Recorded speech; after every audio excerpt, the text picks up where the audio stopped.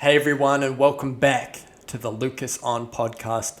Today is an episode, it's a conversation with PRINS.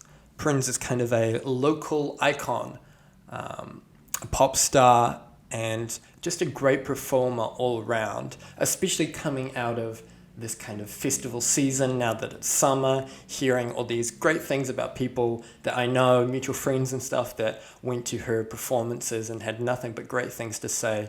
I was really excited to have her on the show. She's been kicking around Christchurch for ages now, really creating some great music, hosting some great shows, and so I wanted to kind of dive into that in this episode, a lot of her backstory, how it all got started, as well as kind of the makeup of what makes a show good, who's doing the choreography, like what are the ideas behind kind of her branding, how she kind of acts, how much of PRINS is a character and how much of it is herself. We had a lot of really cool points and had a really cool conversation around kind of what it is to be a pop star, what it is to be a musician, coming from someone who has seen quite a lot of success recently in that field, as well as overseas touring and really, really exciting things like that. So I hope you enjoyed this episode. Make sure to go stream her new track, because as of this episode coming out, I believe it will have dropped yesterday. So fresh music as well for you to listen to. But yeah, I hope you enjoyed the episode. I definitely did. And thank you for watching. I guess let's start talking about like right now. You're having a bit of a reputation era. You know what I mean? I don't know if that was an intentional Taylor Swift reference. Yes. Some people have actually said that to me, and I was like, it was not intentional, but it does feel like that a little bit. Yeah. Yeah. What do you think what are the foundational pieces of kind of this era that you're going? First of all, why the switch, right? Because I feel like there has been kind of like a conscious switch to move in a direction when it comes to your music, sonically and aesthetically, right? Yeah, it's not really, like, it hasn't really been that intentional. Okay. Although it does look like it on the outside. Yeah. It's evolved quite naturally, I think. Every time especially sonically, like every time I write a new song and I push in a certain direction, it seems to go like a little bit more electronic, a little bit more edgy. And in my head, I keep wanting to pull it back a little bit commercial, but I just don't go that way naturally. So I'm kind of like fighting that headspace at the moment where I'm like, I want to still go down the radio path, which is, you have to have commercial elements to your songs and not be too out the box. But then I also love writing kind of edgy pop music, which has been the last few releases, especially Savage, which I released a couple months ago, is definitely a little bit like left field. It's not straight like bubblegum pop, if that makes sense. Yeah. So that's been evolving quite naturally, and like the songs that I have unreleased, like in my bank right now, are definitely quite edgy. But in terms of releasing them, like, I don't know what's going to happen. I'm going on a big writing trip in a couple of weeks to LA for 2 weeks. So you never know what might come out of that. And if I find something that I like better than what I already have in the bank, then I might be going in a different direction. Who knows? I like to just go with what feels right in the moment.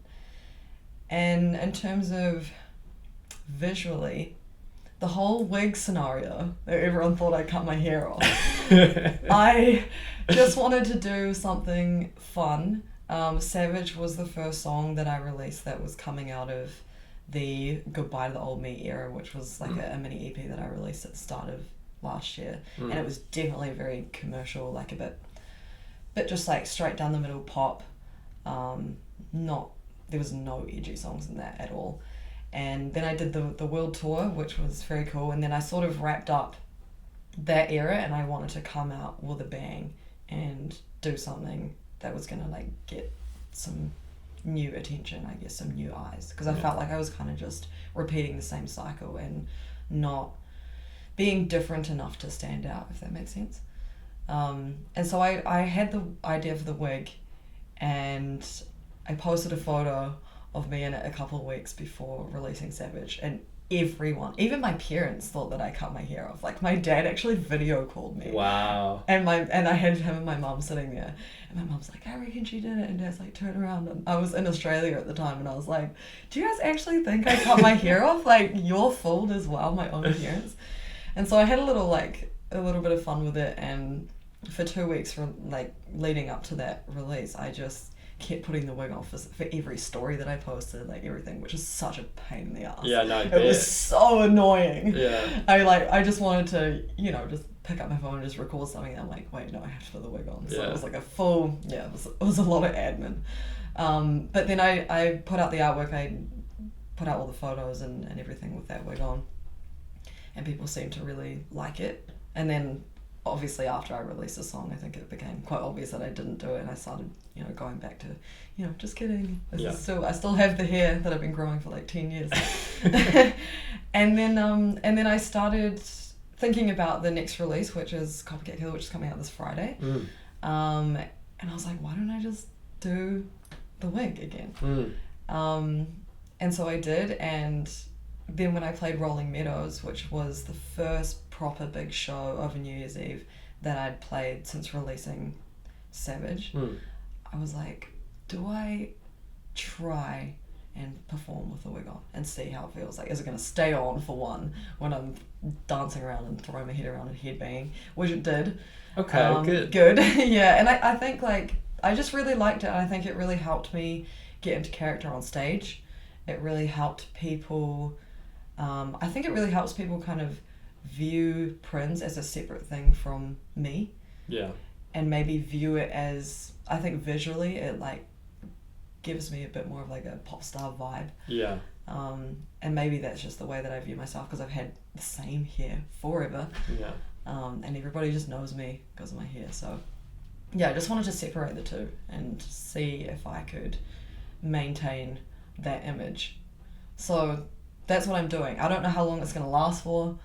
I was thinking about, do I switch it up and have different colours for different characters, and I start naming them. Okay. I was like, should I start naming my little alter ego and have a little fun thing with fans where I call it a different thing? I might make a poll and see if I can get people to name it. That's what I'm thinking about doing right now. That's just really for fun. funny. just little things so that fans can really sink their teeth into a little bit of a depth of character rather than just, here's PRINS putting out a song again. Make it more fun, more interesting. When you say depth of character, does that mean there's quite a big distinction between who you actually are as a person and the character of PRINS? I get that music is always kind of an extension of ourselves, but do you feel like there is quite a big distance between how you kind of present yourself and how you actually are? No, I don't think there is a big difference. I guess I mean, when I say depth of character, I kind of mean people getting to know me a little bit more in depth. But no, I think that whether we call it the alter ego version or whatever, the PRINS version is just me with certain characteristics fully dialed up. Yeah. That's kind of how I view it. It's definitely still very, very much me. It's just I wouldn't obviously be like that 24/7 in public. Is it the kind of edgy side of you? Is that maybe an example of it? Yes, 100%. Yeah. Yeah, I don't feel the need to be dialed up and step into my emotions all the time. And also I don't think anybody could maintain something like that. Maybe they could, but I definitely couldn't. I'm actually quite a little hippie at heart, to be honest. Up until a couple of years ago, I never had a laptop. I all through COVID, I lived by myself. I didn't have internet, intentionally. I didn't have a TV for years and years and years. So I was a very, very different person. But at the same time, early stages of my career, I was also So I was doing music, and then I was working in real estate for about 3 years. So I kind of had like, not like a split personality, but I had the two sides of me that were the business side and the creative side. And I think a lot of musicians that I meet are purely like all creative and no business. Yeah. But I'm very interested in the business side of things, and I think like I don't play an instrument, which is unusual for a musician. I don't, like, I mean, you can call my voice an instrument, but like a physical instrument. Yeah. I can't read music. I can't like, I didn't go to jazz school like a lot of people here went to jazz school and trained. Like, I didn't do any of that. Yeah. I went to NASDA. I don't know if you know what NASDA is. But yeah, so I moved from Auckland and I went to study a Bachelor of Performing Arts, which is, for anyone that doesn't know, it's a Bachelor in musical theatre, essentially. So singing, acting and dancing combined. Most of my background was in dancing for years, since I was about 5. Loved singing, was always there. Acting, not as much, but I dropped out in my second year. Like, I really didn't enjoy it, and I just didn't enjoy the combination of all of them together. I just wanted to do dancing as dancing and singing as singing. Yeah. Like acting, but not that bit. But yeah, just like it wasn't really what I wanted to do. Yeah. And I had to definitely like redirect. But I've always viewed PRINS as like a whole project, like the whole image, rather than just the music. What do you think the difference is between what you didn't like about studying and then using those exact same skills on stage? Musical theatre is very niche. Okay. Also, like, the environment at NASDA was horrific, if I'm being honest. Right. It was quite it was painted to me when I came down for an open day the year before. It was painted as like this big happy family, and you would literally like walk down the hallways and everyone's singing.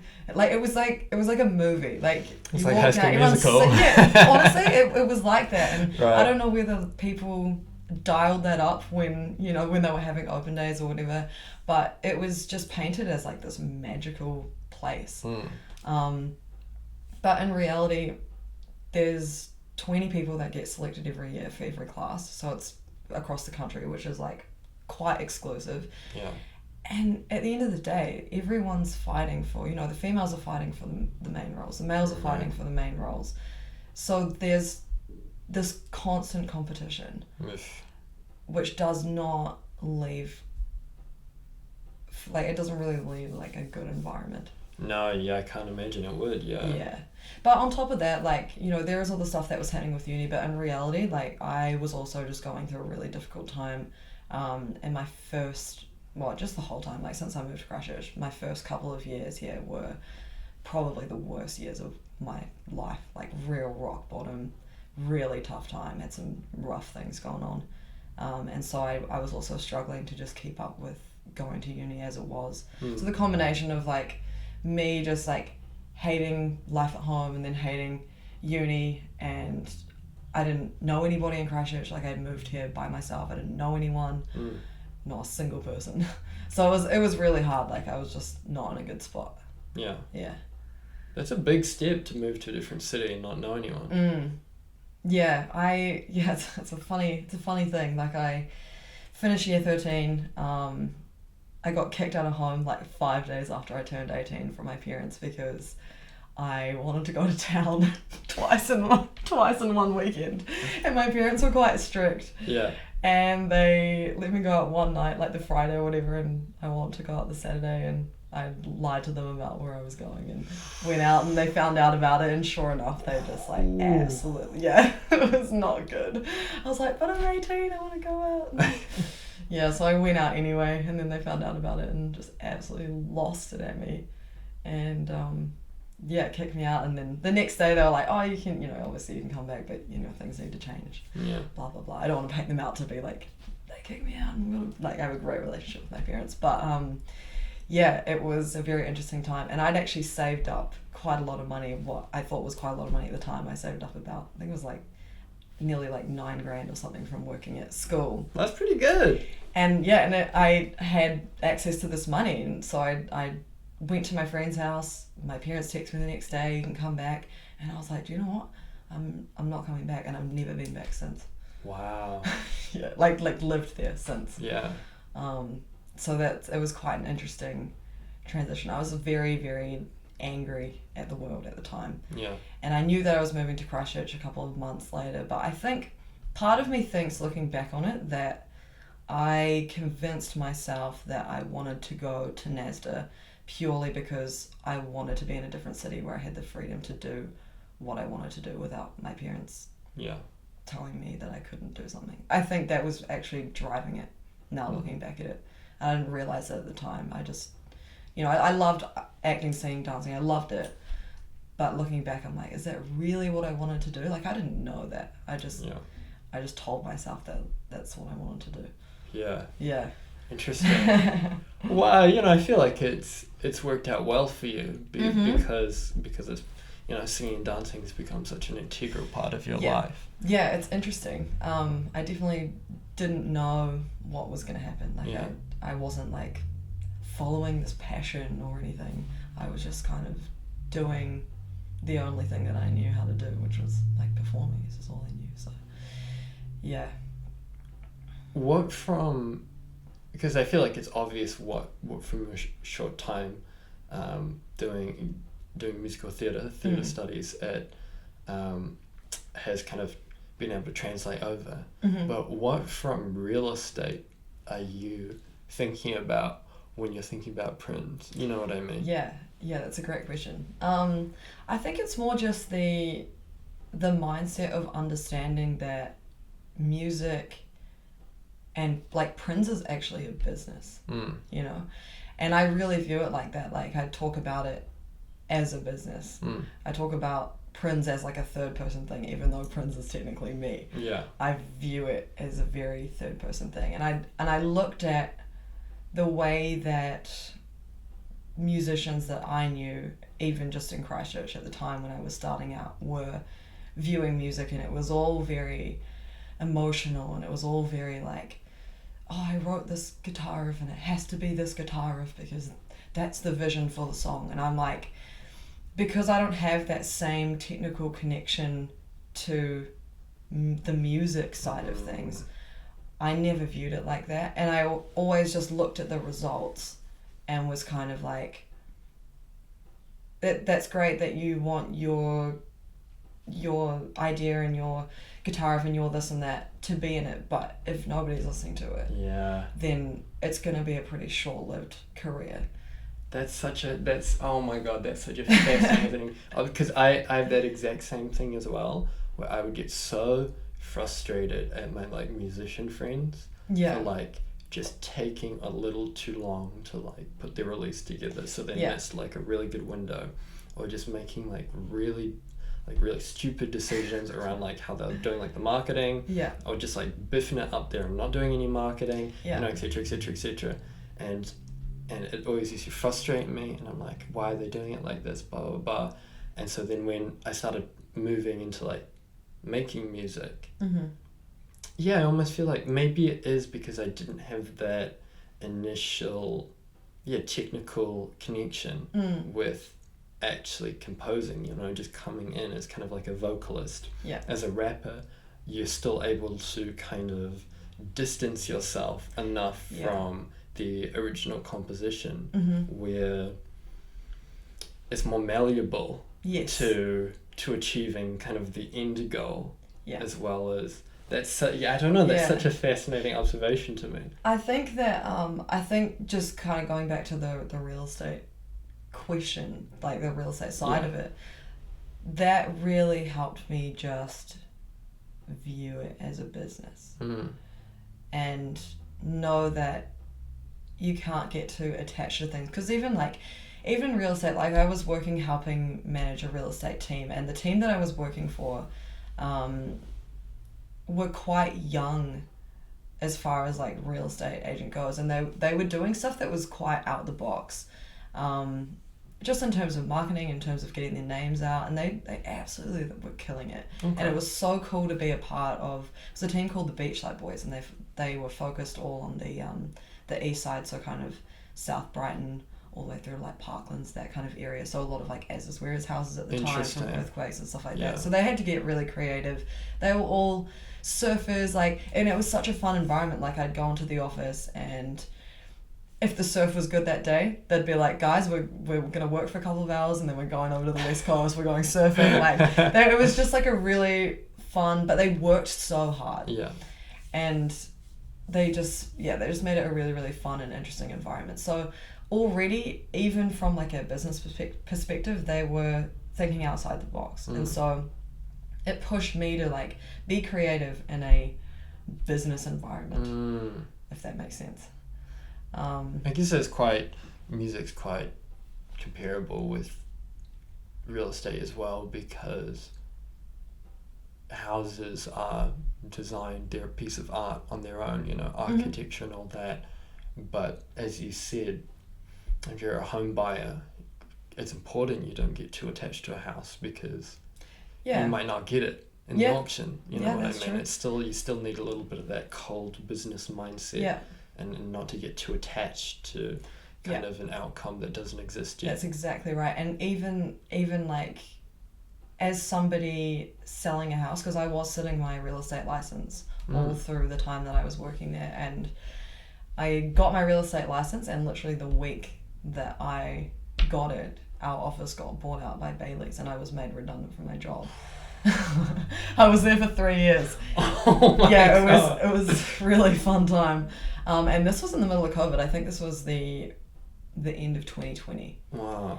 And when that happened, I managed to find a couple of like buyers that we're working with, and started doing kind of about 20 hours a week. So I started doing 5 days a week, and then I went down to 4 days a week. So I was playing gigs on the weekend, and then I went to 20 hours, and then I got made redundant from that job as well.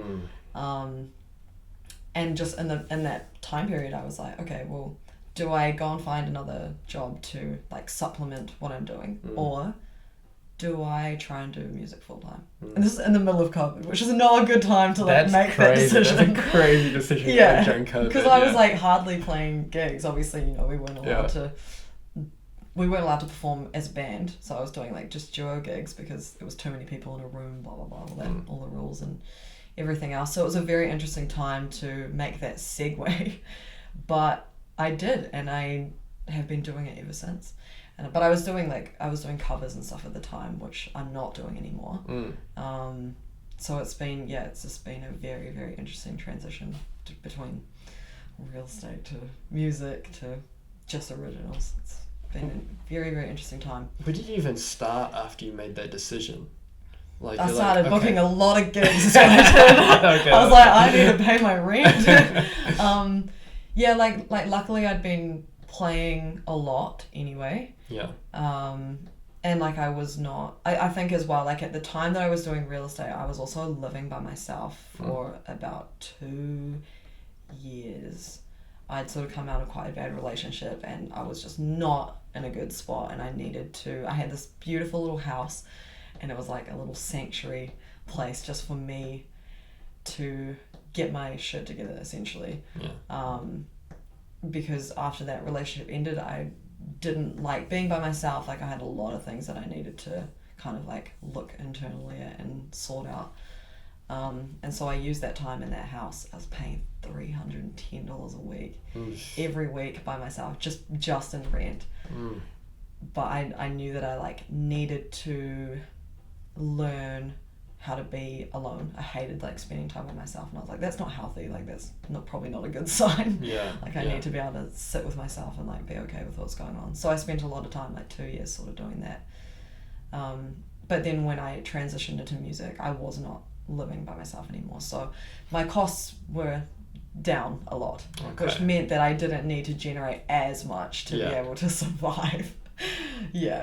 Does that mean you're a meditation girly, where you're doing a lot of time I actually wish that I was. I wish that I was. No, I want to be. I want to sit here and be like, yeah, I'm really disciplined. I meditate. I went through like, I definitely went through a phase of, at that time, like it kind of started with audiobooks, just like a lot of self-development, like reading, and I did read some books by like the Dalai Lama and stuff like that. So like I kind of tinkered in that area. Yeah.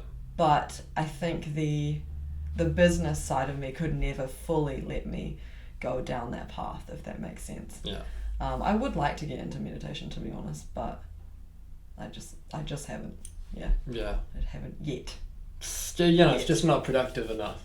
It's not, and I see people like, because I had like friends from business, which were very, very, very different mindset, and then I got like my very free-spirited friends, and I just would always look at the two and go, I didn't want to be too much on either side. I didn't want to be too much business way, because then I would lose the creative side, which is obviously a big part of me, and I didn't want to go too creative because I see those people just get lost in, I guess, like the emotions of being a creative person. Yeah. And then they never get any shit done, and then they can never like put a career together because they're too busy just feeling things. That makes sense. Yeah, no, that makes sense. Yeah.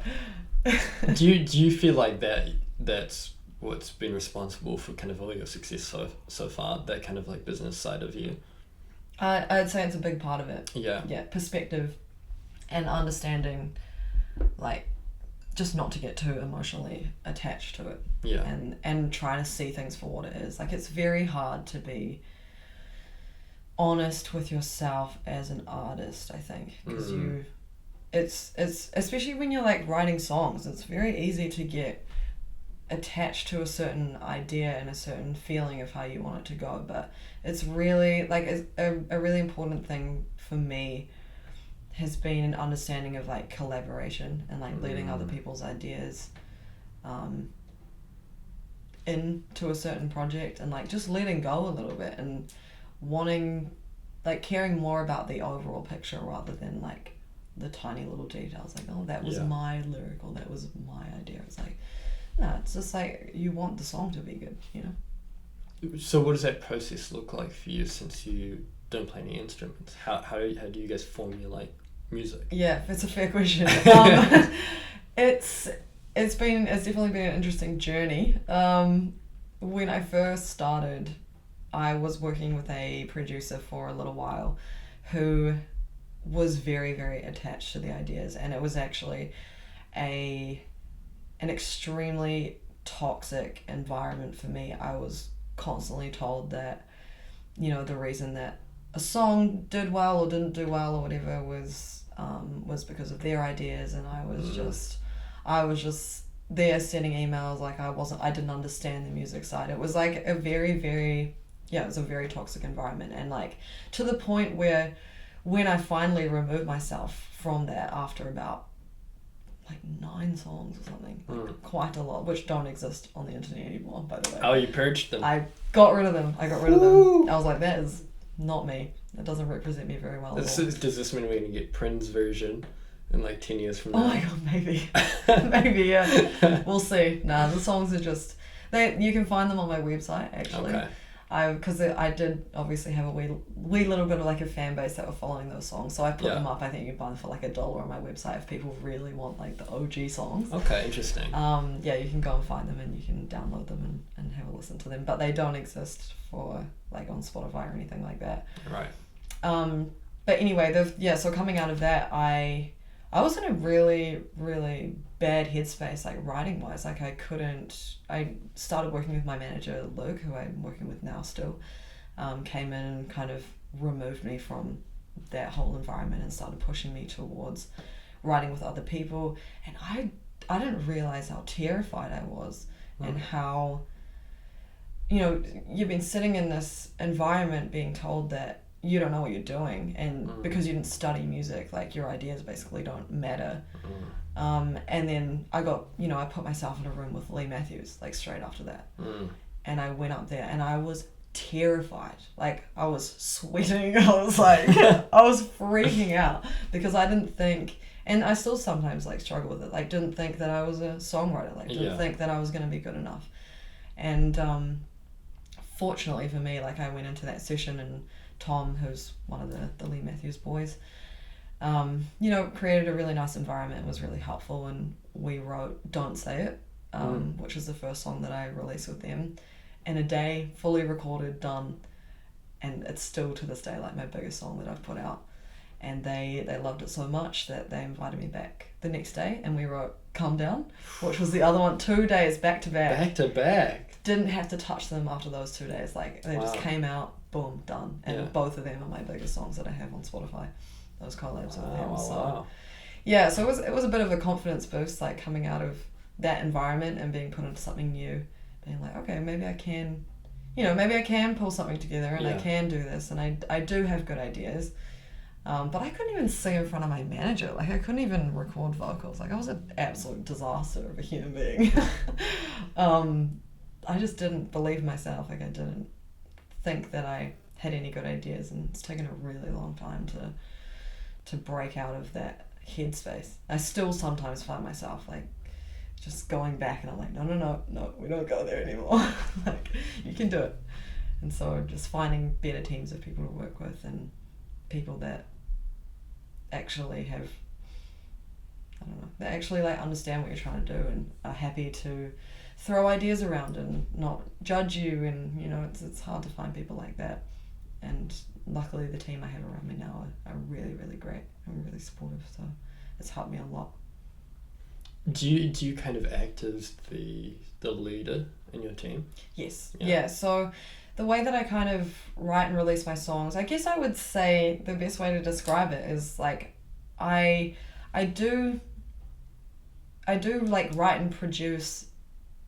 I was going to say produce because I don't physically produce, but I brain the ideas into the sound that I want and pick and choose, like, yep, I like that, but I don't like that. Why don't we try something like this? And but I'm not You're physically... the creative director. Yes, yeah, there we go, the creative director. So everything that I put out is my idea and my idea of what I think sounds good. Yeah. And the direction that I want to push in. I just don't physically get on the computer and produce it. When it comes to songwriting, I have recently been working with, or I say recently, it's been like the past year, I've been working with a team, a couple up in LA, and the three of us just get together. It's literally been on Zoom the entire time, and we just start with some very basic kind of chord ideas, and we just write and like I talk about what I want to write about, and we just like nitpick it and just put it together. The three of us have been putting together the lyrics and melody and stuff like that, and then so just to break that down. Yes.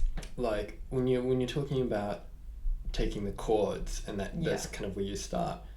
What's your level of like deep, like not playing it? So are you you know, they play them out for you on a piano or a guitar or something, and then you're tone matching that in your head or with your voice? Yeah. And then... So I definitely can. I definitely know my instrument as a vocalist, and can pitch and can put it to. I can definitely put it together, and I can even like sing like chord parts and stuff like that. I just can't physically do it. Yeah, no, cool, yeah. So it's like it's not like I don't know music. Yeah. I just don't know the theory of music. No, yeah, that makes sense. All. Oh, so much of it's just training and intuition. Yeah. That's the annoying part. I thought I could smart my way into playing piano, but it's been like 3 years. I'm still rubbish. Yeah, don't worry about it. I feel the same way. Yeah, it's one you just got to stick at it if you really want to actually like learn an instrument properly. Then you got to put some time and work. Yeah. But sometimes as well, like there's been a couple of songs that I've just sung a cappella, and I've literally just recorded it to a metronome, and then given it to my producer team that I work with, and been like, hey, like this is my idea, this is the kind of vibe that I'm after. Sometimes I pull together like 2 songs from Spotify, and I'm like, I imagine it being a combination of like this and this. And I just so I can get the vibe, and I can kind of explain the sort of the vibe of the song that I'm looking for. And that's quite a good way to go off as well. Actually, I do that quite a lot. But yeah, just fully a cappella. Just sing it, and I can hear the chords in my head, and I can sing it in like a proper chord progression without any. Yeah. I mean, that's impressive. It works. I don't know. It would be handy if I actually probably knew some chords. Maybe I have to sort that out at some point. But also, we've gotten this far, so. What do you feel like has? I just feel like it's so hard to be a pop star in New Zealand. Maybe that's a bad call, but it's so hard. No, it's really hard. You know what I mean? It's like people here, we love drum and bass music. We can't get enough of it. I know. But anyone who wants to be a pop star, a rapper, anything like that, we really don't have the time of day. No, we don't. What do you think has given you the ability even to just get a little bit of traction on the pop star thing? It's hard. Just persistence, to be honest. Like, I think having a little bit of edge has helped me maybe stand out a little bit, and I definitely try to. I feel like I can win people over in the live show, so if I can get people to see the live performance, usually that translates into fans for me. But obviously, you have to have the songs to get the gigs in the first place. So it is a bit of like a cat and mouse like situation, or chicken and the egg.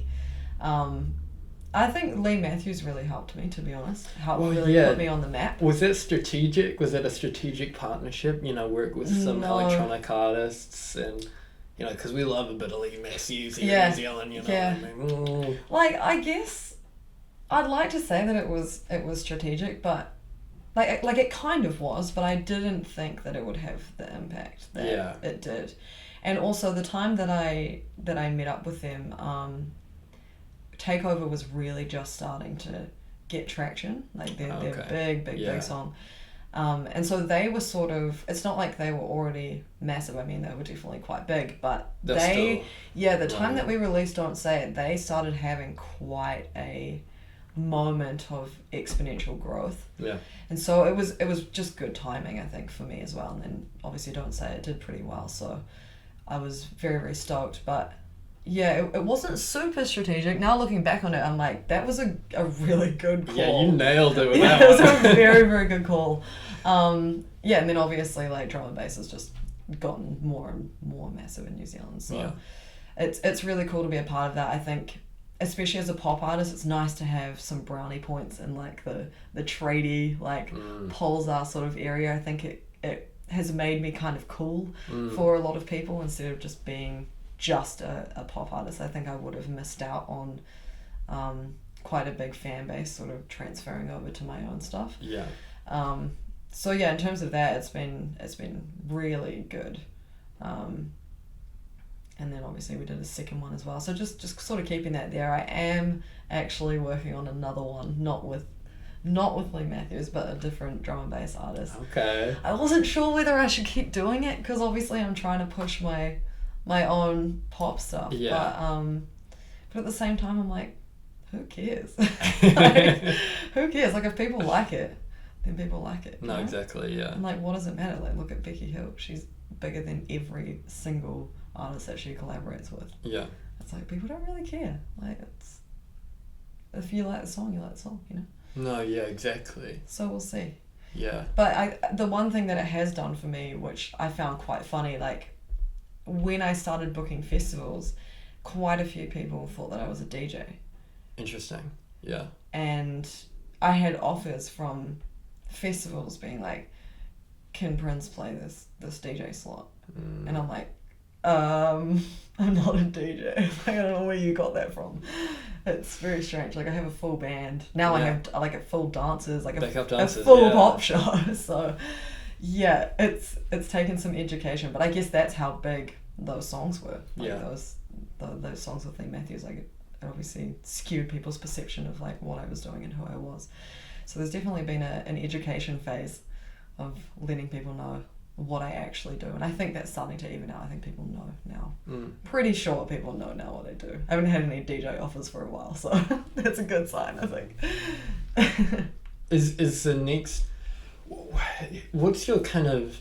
Do you want to be like the the big fish in a small pond of New Zealand? Absolutely or not. are you trying to get into... No. Because, you played in like the Philippines and Yes. in London as well, Yes. right? And it's like, Yeah. which is crazy and exciting. And I also felt, I was like, God, the Philippines is such like a niche country Yeah, to it be. is. I'm an artist best known in New Zealand and the Philippines. It's kind of like a weird thing to... Yeah, it's a funny one. The Philippines. So, how that even came about was my manager. At the time that I met him, I met him for the first time. He flew down from Auckland to help me set up my live rig. So I never even like played a show before. Right. Never done electronic music, and his whole thing, he's been like an audio engineer and he's been doing that sort of stuff forever. So he flew down to help me. We met for the first time, and while we were there, across the course of the 2 days, he was talking to me about my plans for the year, like my goals for the year. And we started fleshing out some things, and he actually had done a tour with his own band through the Philippines, and basically pitched it to me as this idea of like, you can go and have this crazy experience for pretty cheap, for one. You can go and test out your live rig and your show and see what the reaction is without doing it in New Zealand and having it detrimental to your growth if it doesn't go well. And then the other thing is like, because it's a third world country, you have to know your rig and your setup so well, because every single show you go to, half the gear's broken, nothing works. You can't use this, you can't use your in-ears. Like, it's every single show you have to problem solve on the spot.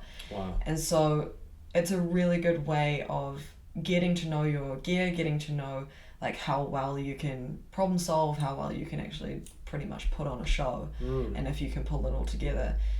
He's like literally just said to me, if you can do that in the Philippines, then you can do that anywhere. And then the other side of it, which is kind of like a funny joke between us, is that he sort of said to me something along the lines of like, I sort of talk to people about going to the Philippines, and people always say that they're going to do it, but they're never going to do it. And I was like, saw this as this little like competition, this little poke of the bear. Yeah. And I just said to him, I was like, what, you don't think that I would do it? Yeah. And he was like, yeah, I don't know, we'll see. And 4 months later, we went on that tour. Wow. And I pulled some funding together, got a couple of like investors involved, and then we played for 3 weeks in the Philippines, and then came back, and I was like, see that? Which is such a weird reason to do something, but that's how it came up. And then the Philippines is just a crazy fan base. Like there's not a lot of foreigners that go over there, and so they're not used to seeing as blatant as it is like a Western pop star come in, and so they just lose their shit. It's fascinating. They love it. So it's a weird little ego boost in a way, and it's almost like it's not real life, because they don't know anything about me, they don't know my music, but they still put you on this pedestal, and it kind of taught me how to step into the role of like being a pop star, I guess, or like being the person that they wanted me to be, because they don't want you to be on the same like level, the same like friend, like have a chat sort of thing. They want to elevate you and like put you in this place. Wow. They don't want a normal interaction. They want to like have that little moment. So it's quite a good test. It was really fun, and obviously we got to go back for the second time last year. Yeah. And I played my first international festival there to 15,000 Filipinos, which was like so crazy. So I want to keep servicing that, because it's just such a fun experience. I love traveling. I love crazy stories. So I'm like, I'll always go back every year. I'll go back to the Philippines and try and just grow that market, because it's fun. Why not? It seems crazy that more people surely more people should go there, right? Yeah, it's I pretty understand testing. it's a third world country, but English is like one of their primary languages. Yeah, so they're pretty good. Yeah. They're pretty good. It's just impossible. Like, I don't know what it is about Filipino culture, but it's almost impossible to like get a hold of anybody. Like, we had one connection who was my booking agent. I'm not even gonna call him that, because he was just a guy. To be honest. Right. He booked a couple of like punk hardcore shows at some point, and he was just this funny guy who took us on. He literally calls himself Jed left-handed. He literally has one hand. Half the time I spoke to him, he was homeless because his house was flooded. Like, it was so random. And he pulled together this tour for us somehow. It was pretty loose, but like, I'm not surprised. I think a lot of people wouldn't go there because like you can't. It just doesn't make sense for most people. And I think a lot of artists they care about like wanting to make money. They don't want to lose money. They don't want to. I don't know, they just don't want to put themselves in that sort of position. Sure. But I'm all for the experience, so I'm like, I'll do anything. Like, I'll go do those shows. No one else is going to do them. Yeah, I just love a good story. Hey, it's a great story, yeah. Yeah. Oh, God. I love putting people in funny situations. I love, like, taking my band over there. The first time I went, my guitarist had never left the country. The second time I went, my bass player had never left the country before. And I took her to the Philippines, and she was just like, holy shit. Yeah, I can't believe you stole our bass player from Fat 80s. You go What do you mean? She still plays there. Oh, does she still play there? Yeah, she still plays there. She still has her cover band when she's not on tour with me. Oh, okay. Emily. Yeah. Yeah, that was a mind trip, seeing her in a photo with you, like doing a show or whatever, and then I was like, I would put money on that to go from Fat 80s. I've seen her in my drunken vision a little too many times not to recognize her. You know, Yeah, that's having a so boogie funny. on the dance floor. Yeah, no, she's great. She's awesome. Like her, and when I sort of went through the transition of my old band, old musical, and transitioned into like, I guess, taking it seriously. Yeah. My bass player Emily and my guitarist Caleb both joined me on the same day at the same time. So we've been together pretty much for, I'd say, it'd be close to 3 years. Yeah, it'd be close to 3 years now that they've been with me. But yeah, it was a weird transition phase. Like, I just lost my guitarist. Well, we were not on good terms and hadn't been for a while. Like, it's very not a good environment and didn't really get on very well. And then he sort of left, and then my bass player who was living with him at the time, he also left because they were obviously living together. So I had a drummer and me, and I had, in about, I think it was like the next week, I had one of my biggest gigs at Mono to 1,000 people, and I had no band. And I was like, I knew that they wanted me to pull out of that gig, and I was like, I'm gonna make it work. Yeah. And I found Emily and I found Caleb, and I brought them in, and I was like, guys, I have this gig for you next week. I need you to learn the whole set. Like, do you want to be in PRINS? And I've been with them ever since. They're amazing. Like, so lucky. Clutch. Wow. I've had so many moments like that where Yeah. I've just like been really pushed to the edge of, is this gonna work out? Like, do you have to pull out of this thing or whatever? But same thing happened with the drummer. Like, we had a drummer pull out mid-tour last year on the day of a gig.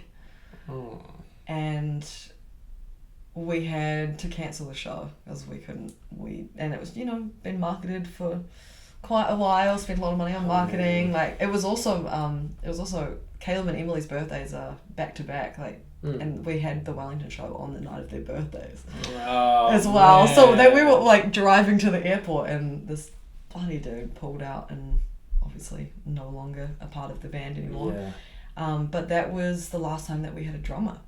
Wow. And now I don't play with a drummer because we had to problem solve very last minute, and my manager Luke found a way around it, which is, it's quite interesting. Like, he found a session drummer, a very, very good session drummer in Germany, and we got him to record the entire set live drums.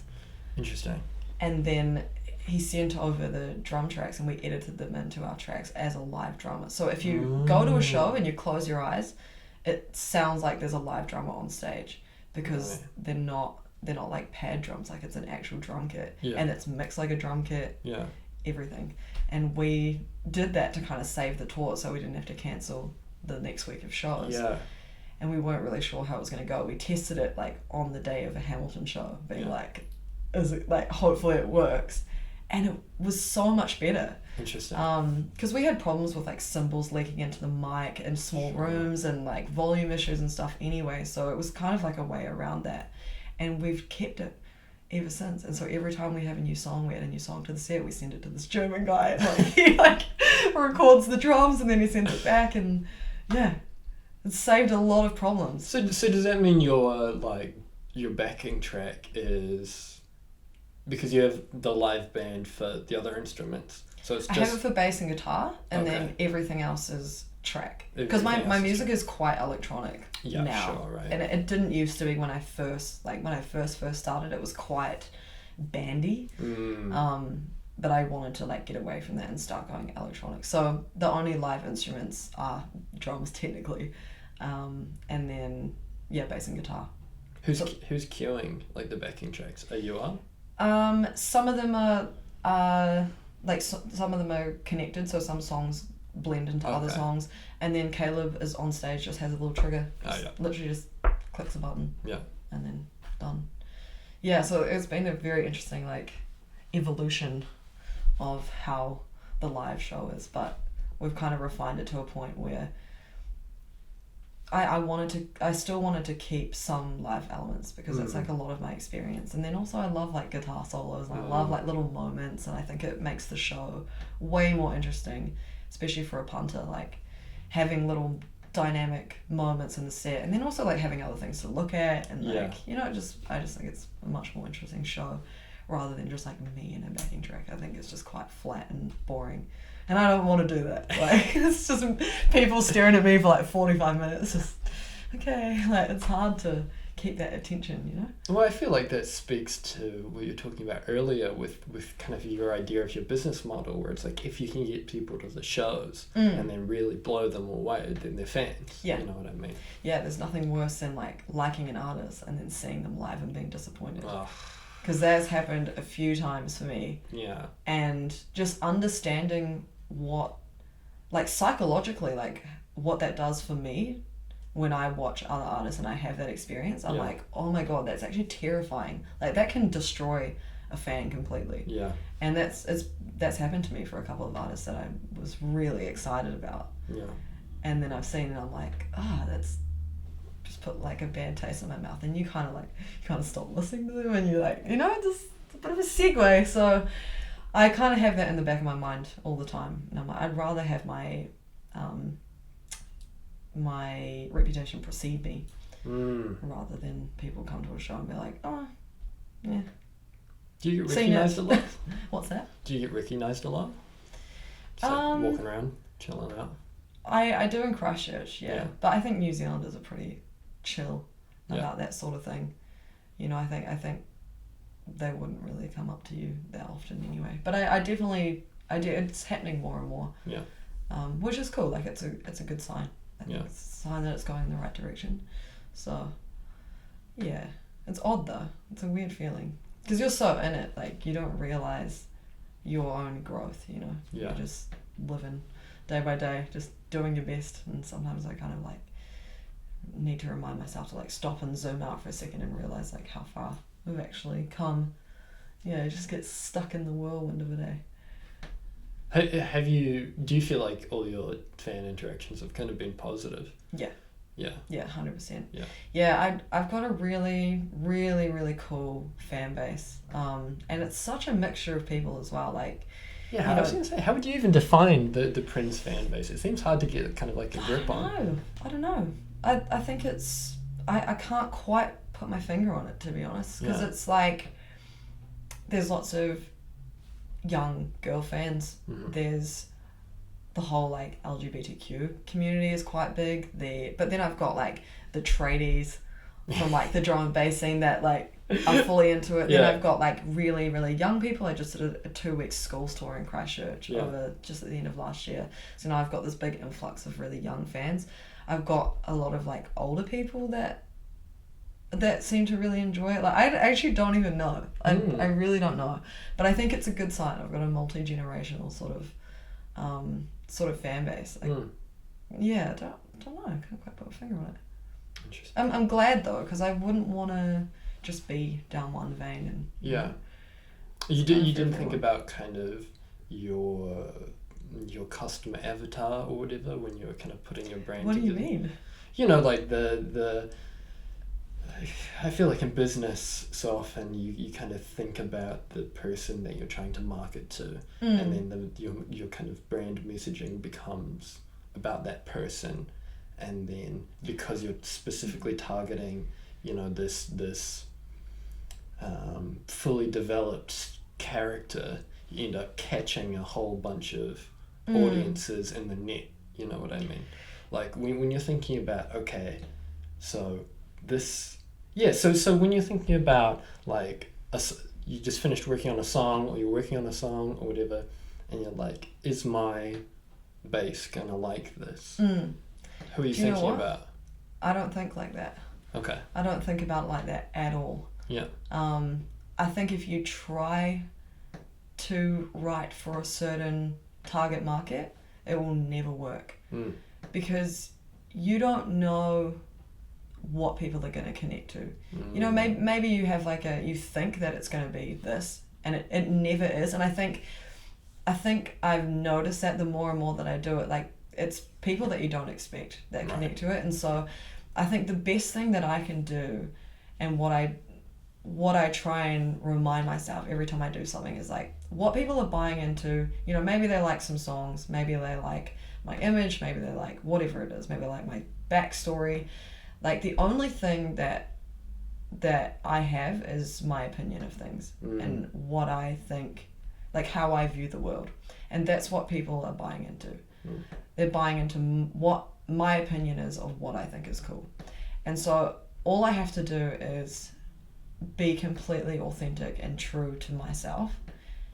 And by doing that, you will get a real fan base. You won't get people who, like, they think that you're this person because you tried to be that person for a few songs and then you changed your mind and you went a different direction. Yeah. It's that's like, I feel like by doing that, it would be a surefire way to just earn fans for like 5 minutes, and then they get bored of you because you're not the person that they thought you were. Yeah. So I always try to stay completely authentic to myself and just develop myself as a person, and people either like it or they don't, but the ones that do they're your true fans. And that's what you want. Like, you want real fans. You don't want this like surface level thing, because especially like if it doesn't go well, or if it doesn't pop off globally or whatever, I could make a living off like 1,000 fans that were like true hardcore fans that would pay for tickets and merch and whatever, rather than just like having 100,000 people that like don't really show up. And so I try to really focus on having like core fans and growing that fan base, if that makes sense. No, that makes perfect sense. Yeah. I think maybe Kevin Kelly, I think. There was a guy who wrote the original 1,000 True Fans essay a long time ago on the internet, something like that. Maybe that's completely wrong, but I think that's where the concept. That's so true. I guess maybe if I reframe it, because I love that thought process. I think only good work is done when you're kind of doing it in truth and not kind of pandering to the opinions of other people. I think people can tell, and it becomes really obvious if you're not being honest, if you know what I mean. What would be, if I was like an investor or someone maybe that doesn't have financial interest that you would be like interested in working with, but I didn't know anything about PRINS, what would be the way that you describe PRINS to me in the pitch meeting? Like, as in who? So you're asking me like, who is PRINS? Like, how I would describe myself? Yeah. So I'm like, I would love to invest some money with you. I'd love to work with you, but I don't know anything about you. Like, I'd say do some research. That's No, I'm kidding. I would say PRINS is an electropop artist Yeah. who is heavily focused on live performance. Yeah. Who has an interest in growing globally. I guess my overall goal is to be a global touring artist. Yeah. So there's a lot of focus on the live show, and I guess that's kind of all I can say about it, you know, because it's hard to put your story into. Yeah. Because I'm constantly evolving as an artist, so it's really hard to just like be like, oh, I'm this. That's fair. Because I could Yeah. say that a year ago, but then Yeah. I'm like a different person now than I was a year ago, and I'm constantly just working on evolving that. So yeah, I guess like I'm just an authentic artist who likes to have a little bit of edge and Ever changing. ever changing with the seasons. The seasons. Ever changing with the seasons. I don't know. I think maybe that's what makes it interesting as well, is you can't put your finger on it. So you can't be like, oh, I know what it is, because it's too predictable that way. And there's a lot of artists that I find become quite predictable, and then it stops being interesting for the fans. You know what I mean? And if people are like, oh, I kind of know what she's going to put up next, it's like, I'd rather just keep people on their toes. I think it hooks people into the story a little bit more. Yeah. I don't want to take up too much of your time, because you're very busy, very valuable. You know, you're traveling around. Yes. I guess Traveling around. only a couple more questions then. Yeah. I was curious about how you've managed to stay so consistent throughout all of this. You know, it sounds like you've had several different areas and several occasions of having kind of like a bit of a rough start coming into this. Yeah. But throughout this whole thing, it seems like you've been able to just show up. Show up every time. Show up to the shows, show up to posting content, show up to making music. Yeah. How are you doing that? Where's that coming from? I think when you have a real passion for something, it makes it a lot easier. You know, like, it's not work for me. It's just all that I care about. It's like the most important thing to me is music and wanting to make this work, because the alternative, well, there is no alternative. There is no plan B for me anymore. Right. And so I think definitely having that driving in the background, like I love it. I just really, really love it.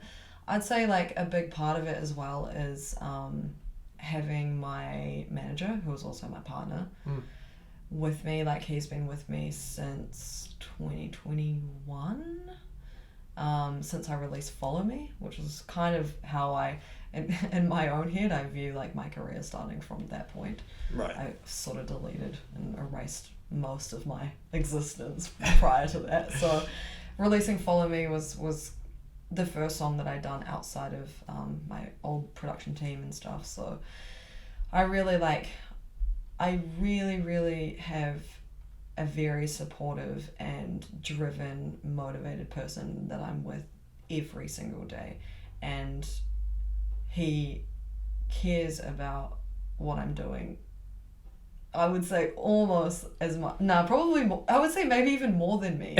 Like, we're both almost like, we're obsessed. Yeah. We're absolutely obsessed with it, and it's all that we want to do with our time. Like, his whole thing has been live shows and audio, and like he records and does all the production on my vocals and stuff. So everything that I can't do, he can do, and everything that he can't do, I can do. So the two of us have like a very, very unique dynamic and range of experience between us that makes it just like this fun game.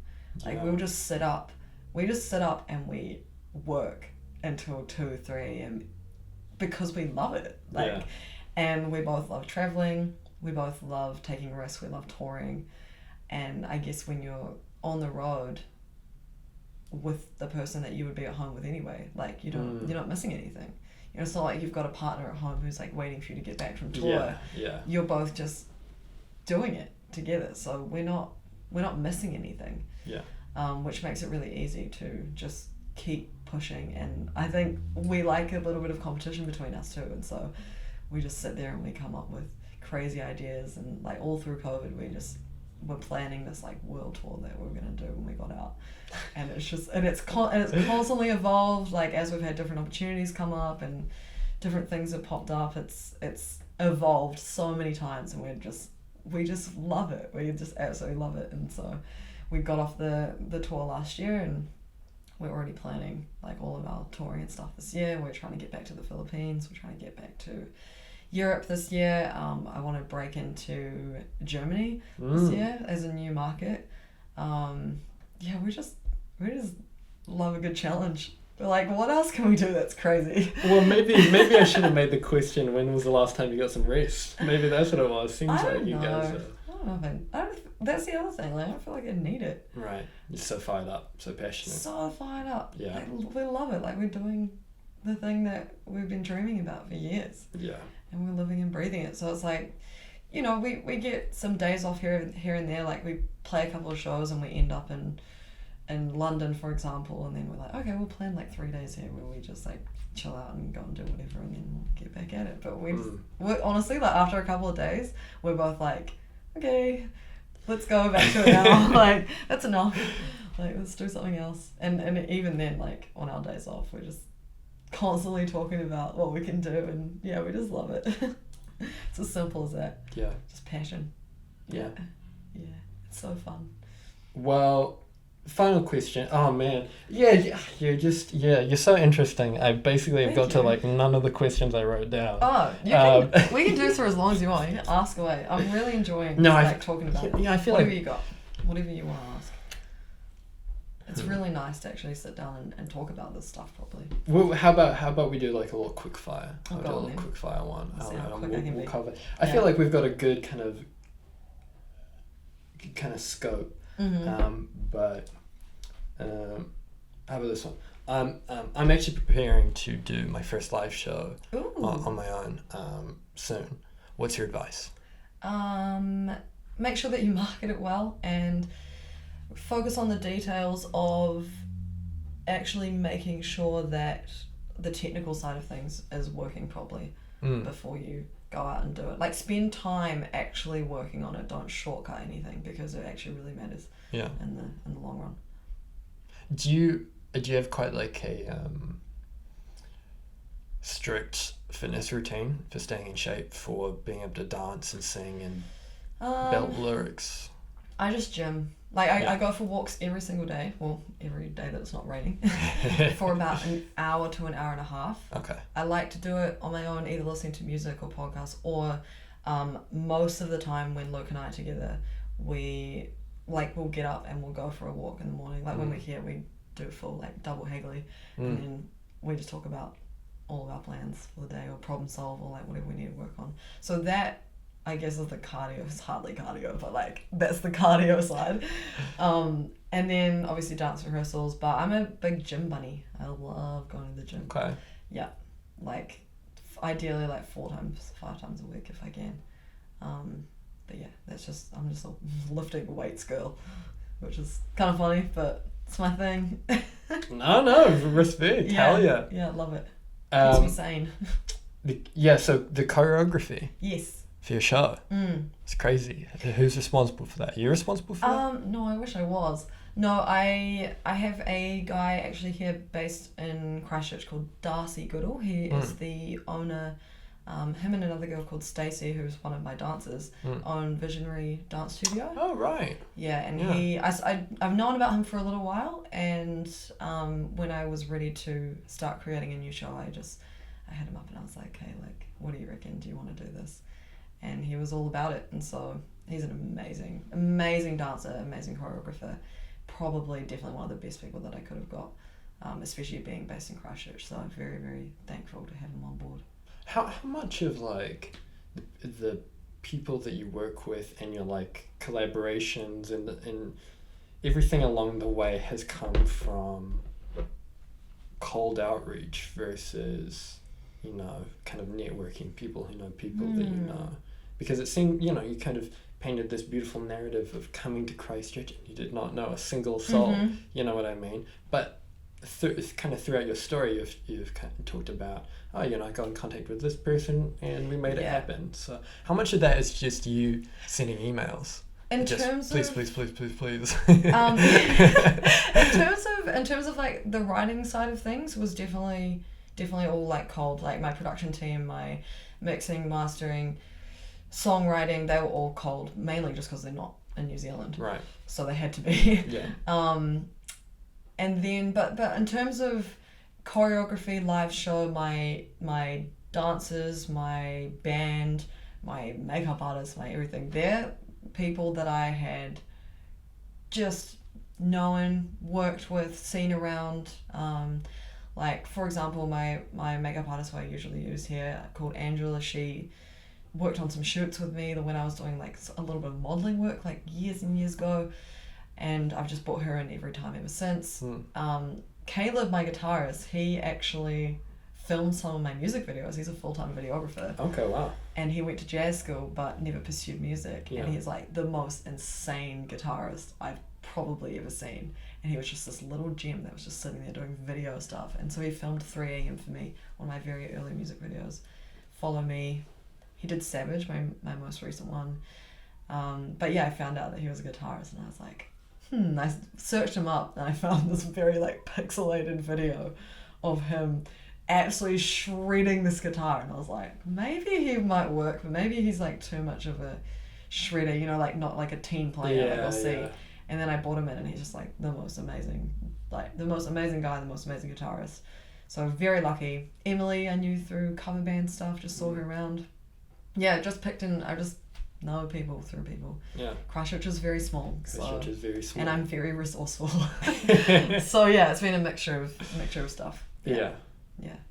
Interesting. Cool. Yeah, I do feel like, I don't know, maybe this is a little bit of ego, like arrogance talking, but I feel like it's, you know, Christchurch in itself is, you know, New Zealand's 3rd biggest city or whatever, but it feels like there's such like a select group of people that are like doing things, you know, for lack of a better word, that are like really like actively like pushing for things to happen. Yeah. You know. And that's why they're easy to find. It's because there's actually not that many of them. Right. So, you know, you just ask a few questions, and when you're here long enough, like I'm originally from Auckland, so coming down to Christchurch, I was like, this is tiny. Yeah. Like this place is very small. Yeah. Like I knew my way around within the first like couple of weeks. Like I feel like I know Christchurch better than Christchurch people know Christchurch. They're like, oh, we haven't driven into town for a while. I'm like, I could tell you like off the back of my hand like where everything is. Yeah. So I think it was just a perspective thing for me, like coming from Auckland, knowing how to network with people and connect with people. And right. I also think that I try to program myself to look for opportunities all the time. So every time I meet people, I can't help myself but like think about it in somewhat of like a business sense. Like, well, how can I meet, like connect these people together so they can work on something, or you know. Yeah. And that's actually something that I learned through real estate, was about connecting people and not worrying about whether it benefits you or not, because it doesn't actually matter. Yeah. You know, because it all comes back. Yeah. Do you believe in karma? Yeah, 100%. Yeah. Yeah. Yeah. Easy answer. Just yeah. I do. Cool. Interesting. If it all went away tomorrow, how would you start again? God. I feel like sorry, you lost me at that. I just died inside. Yeah, if it all went away tomorrow, how would you start again? I always feel like this one's such like a generic interview question, because what the framing really is like, what should someone who wants to be you in 3 years do now? So maybe that's a better question. Yes. What should someone who wants to be you do now? Okay, that's a better question. I would say who like wants to do the same thing that I'm doing.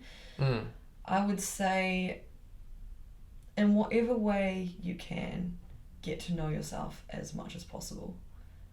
And that sounds very vague and silly, but it's really important. Like, put yourself in positions where you are challenged and take risks and learn who you are as a person, like learn how you deal with certain things and how you deal with somebody pulling things out from under the rug, because it happens all the time. So I'd say that, and then I'd say, make sure that the team that are around you from the start actually want the best for you, because I think that if I didn't have somebody like Luke come in and want more for me and show me maybe that I wasn't in a very good position, wasn't surrounded by people who truly cared about me, then I don't know if I would have ever made it out of that. I think I would have just been doing the same thing, repeating the same cycle, trying to make it work. Because it's really hard to see it when you're in it, It's like a bad relationship. Yeah, it just seems normal. You just don't know any better, and you're like you're like clutching at straws, like trying to make things work. So I'd say really like pick your team wisely from the start. And also, don't be afraid to reach out to people that you think are going to be way bigger than you, or like, maybe you think, oh, they wouldn't talk to me or they wouldn't reply to my message, because you never know. Like, they do. Like, people do. And that's happened to me so many times where I've been like, oh, I'll never hear back from that person. And then an opportunity comes up. Happened with my production team. I was like, these guys are way bigger. Like, they won't want to work with me. Now I've worked with them on the last like 10 songs. And they're amazing. And I'm like, oh, it's so good. So just like, just reach out to people and don't be the big fish in the little pond. Ever. Right. Ever. It's so bad for you. Yeah. Yeah. Is that a good answer? That's a great answer. You're smashing them. Okay, good. How are you with negative comments? Depends on the day, eh? Yeah. Sometimes, I think most of the time I'm pretty good. I'm pretty aware that like by sticking your neck out, it's gonna happen. Like, especially on TikTok, by the way. Like that place is a horrible environment. So toxic, bro. It's so crazy. The amount of times I've been ripped out by like 9-year-olds, and I'm just like, what? Yeah. This is crazy. Very strange. So I think just being aware that definitely happens, and like not really taking it to heart. Yeah. But it's gonna happen. Like there's no way of avoiding it. Yeah. So kind of like coming to terms with that. But yeah, every now and again though, like if I see something and I'm already like, maybe I'm already like feeling stressed, or I'm just like not in a good mood, and I read a comment of like someone just saying something about me that's negative, like sometimes it does get to you, eh? And it does like can make you like upset, but I don't know, I feel like I get out of it pretty quickly. Or I just like have a little rant about it to Luke. I'm just like, oh, fuck these kids, man. These 9-year-olds coming for me. Because you can't say anything back to a 9-year-old. No. You can't just like fire something back. Also, you can't really do that to anybody, because it really doesn't look good, and it makes it so much worse, and everyone's like, oh, you're not being a good example by saying something back or whatever. But yeah, it definitely happens. I like to have fun I actually try to make fun of like negative comments and stuff now. Like there's an ad going around at the moment, which is a video promoting Symphony in the Domain, which is coming up in February, and it's this performance. Like a lot of it is this performance that I did at the Christchurch Town Hall, and I'm wearing like, now for me as a dancer this is not weird, but like I'm wearing like a leotard, so I've got a little leg showing. Oh sure, right. And like this crazy little belt thing. Like it's still a little bit like not what a normal Kiwi would do. But for me, it's like I used to do it as like a 5-year-old, so it's not unusual for me to do that. Anyway, it's not even bad. I make it sound like it's bad. It's not at all. But some like old dude on Facebook was like, oh, like I wish you'd perform with some clothes on. Like just funny things like that. Or like, this is so generic, blah blah blah. And I just commented back, and I was like, if you come to the show, I'll put some pants on. Just some funny little comments, and people kind of appreciate. And it actually turns some people around, and they kind of have like a bit of a laugh about it. And it wins them over. So yeah, when it's the right comment, you can sort of like win people over with a bit of humour. Yeah, no, I feel like it does when you show that you're not taking yourself too seriously. Yeah. Exactly. Yeah, I think that's definitely something that I try to do all the time. It's just like, that is what it is. Who cares? I feel like so many people New Zealand kind of talk about this idea of like tall poppy syndrome. Oh yeah. Is this something that you're a heavy believer in? Yeah, I wrote a song about it called Something New at the start of last year. Oh, technically a year before now. Actually, it was a year old 2 days ago. So there you go. It was a year ago. And I wrote it right before I moved out of, or a couple of months before I moved out of Christchurch, and it was all about tall poppy syndrome and just kind of trying to understand, like at the time, like trying to understand why, like when you actually try and put some effort in, like why people want to tear you down and what that's all about. And I think that New Zealand is just a small enough place that there is like a bit of a scarcity mindset.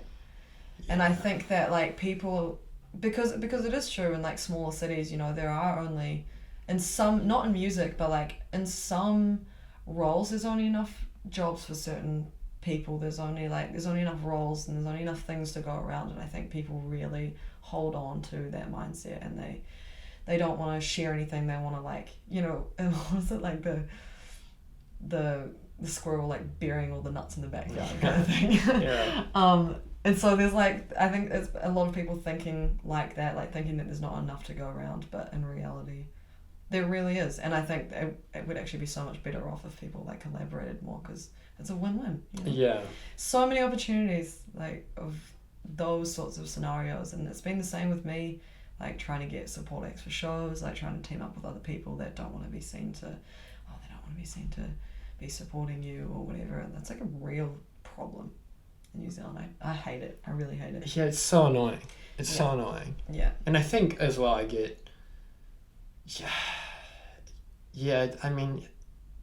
I don't have enough reference experience of the whole world to be like, this is a New Zealand problem. But it feels like it is a New Zealand problem. It's a New Zealand problem. It's what are we also doing here? It's also, apparently it's like that in Australia. Nowhere near as Right. bad, but they do feel that in Australia, and I think that's kind of where it stops. It's definitely not like that in America. It's not like that in the UK, because there's so many people. Yeah. It's like, you go to London, there's 10 million people there. Yeah. Like, there's enough to go around, you know. Yeah. There's enough room for everybody, and it's just I don't know why. Don't really know why that is. It's frustrating though. Yeah. Yeah. Come on, guys, do better. Look after each other. In the Something New video, in the beginning, you're playing a character or playing yourself or whatever it is, and you're being made fun. Made fun of by the other girls in the class. Yeah. I was just curious if that was based on a real experience, or if that is just kind of something to set the tone for the video. No, that's not based on a real experience. Thankfully. I guess the overall idea of being left out and being sort of, you know, being the odd one out is definitely, like, has happened to me, but not in the sense that it is in the video. The Something New video was kind of interesting. I wanted to do something that was not predictable, because obviously the song is actually about moving out of Christchurch. It was about feeling like I'd outgrown this place and needing to go and find something bigger and better, or like find a place where I felt I was valued a little bit more. But then with the music video, like I was planning on doing something that told that story, but then part of me wanted to incorporate the dance side of my experience as well, and I hadn't really done that before, but I've been dancing for so long that I was just like, I want to include this new element somehow that people don't really know about me, and especially like another reason to like stand out as something different in New Zealand. Like, there's not a lot of people really that have that combination of experience, and also my parents spent a lot of money on dancing, so I was like, right, I'm gonna bring it back, make it worthwhile. But like, I wanted to incorporate it in some way, and so I was talking to Shay, the director, about how I could merge those two ideas together, and that's how we sort of came up with the concept of just not fitting into a place. And like, you know, at the end of the video, I been watching these dancers, and I kind of like was all shy wanting to go and fit into this group, and they were really, it's like this whole journey of like me being pushed out to me being accepted into this new group. Yeah. And I just did that in the dance sense. I just wanted to put it together, and I thought it was quite a unique way to tell the same story without it being directly about leaving a city. Yeah. I really like that video. I'm really proud of that video. It's cool. Do you have a video for the song coming out on Friday? No, I don't. I wanted to. It's a lot of money to make videos, eh? Yeah. And especially when you want them to be of a certain quality. Yeah. No, I'm not doing a video for Copycat Killer, but I do, like, I wanted to spend a little bit more time this year releasing more music. Sure. Yeah. And there's only so much money that can go around, so I thought I'd spend it on the music and have the actual songs. Like last year I released 4 songs, spent a lot of time touring, but I just found that the traction of my, like, you can see it in your Spotify and everything else, like after you release a song, like it, you know, it's around for a few months and then it starts to really die off, and people kind of like lose their attention a little bit. So I wanted to spend a bit more time on actually releasing music, rather than just like trying to put on these big production like videos and stuff. So I definitely will. I have a couple of videos and stuff that I will be putting out this year, but it won't be for this song. Okay. Yeah. Are you guilty of that as well, being a like songs girly? So every time, what does that mean? You know, like you songs girly. Yeah. I liked songs girly. So you say it to your Spotify or your Apple Music, but then as time goes on, it gets slowly pushed 100%. down the list, and then you stop listening to that song. Unless you just randomly put it on shuffle and it happens to come up. Yeah. I've been told. I mean, that's what I do as well. I've been told that having my like songs on shuffle is real unhinged. I don't know why, but I think it makes. It's how far back it goes. Wow, yeah, that's true. Like, how far back is your earliest song, do you reckon, that you saved? And do you know what it is? I do know my first ever song. What is it? My first ever saved song on Spotify is Runaway by Kanye West in 2016. Yeah, right, okay. Nice. So maybe that is why it gets a little 2016 as well, actually. But do you know what yours is? Yes, it's Wicked Games by The Weeknd. Oh, that's a good choice as well. Ooh. Yeah. And every time it comes on, I'm like, I just think about all the way to the bottom. There's so many songs. How many songs have you got saved, do you reckon? Oh, I have no idea. I have no idea at this point. Do you put them in playlists and listen to them in playlists? Because I don't at all. Really? No, I don't. And I feel so bad. Yeah, literally. Everyone's like got all these curated playlists for different moods and stuff. I'm like, nah. No, I can't do it. I can't do it. That's crazy. I'm so glad that you've said that, because I always felt like such a freak for not having playlists. Nah. I'm like, I like all this music. Why would I need to sort it? All of it, it's bangers only. That's why it's my like song. Yeah, I know, I'm the same. I'm like, I like them all. I have to keep like updating playlists and then like remembering like, oh, did I put it in that one, or like, is it in there? But I get a little bit like OCD as well, where it's like if I have a playlist that's like party songs and then one that's like happy songs, and then I'm like looking at a song and I'm like, I don't know which one to put it in, and then it just my whole system is ruined. You know what I mean? Yeah, I have the same problem. I'm like, but it depends on the mood. Like, yeah. I'm the exact same. Yeah, that's really funny. I must say, I do have one playlist, but it's only because it's for Spotify, like for like PRINS stuff, and I wanted to do it so that I could curate, and even that's hard enough for me. It's like 20 every month. I put like 20 songs that I'm listening to of that month. Yeah. And then I just have that out. So if people want to know what I'm listening to, then they can go and find that. But even that, I'm just like, 20 songs a month. It feels hard because I care so much about the quality of it. I'm like, I don't want to put any shit in there. Sometimes there's not that many good releases. I'm like, oh no, it's such a nightmare. I really overthink it. Do you listen to your own music? Nah, if a song comes out, I'll listen to it for a couple of days just to like get the vibe, like to be excited about it, and to, you know, sure. I am like proud. I want to always be proud of the stuff that I'm putting out, but I do have a little rule for myself that if it comes, like if it plays for some reason, like if it's just going down the list and it comes on, then I can't change it. I like force myself to listen to it. Interesting. Yeah, I don't know why. But maybe it's because I don't want the algorithm to know that I've skipped my own song because it's not good for me. Oh, that's this is good so point. like so precious because it only counts if it's played for over 30 seconds. Yeah. It counts as a stream. So I'm like, I don't want to let it play for 30 seconds and then like skip it. I'm like, Yeah. nope. I'm going to show Spotify that people want to listen to it. You hit the Instagram share button every Yeah. time it comes up. We'll close out of it. Yeah. Yeah, it's so funny. So no, I have that little rule, but Okay. apart from that, I don't like go and put them on. Yeah. I'm like, this is no, I don't do that. No. Okay, well, cool. Final question. And I Yes. ask this to everyone who comes on the show. Go on. As someone who is a performer, Mm-hmm. someone who does their magic in front of lots of people, much like this podcast is, what advice do you have for me?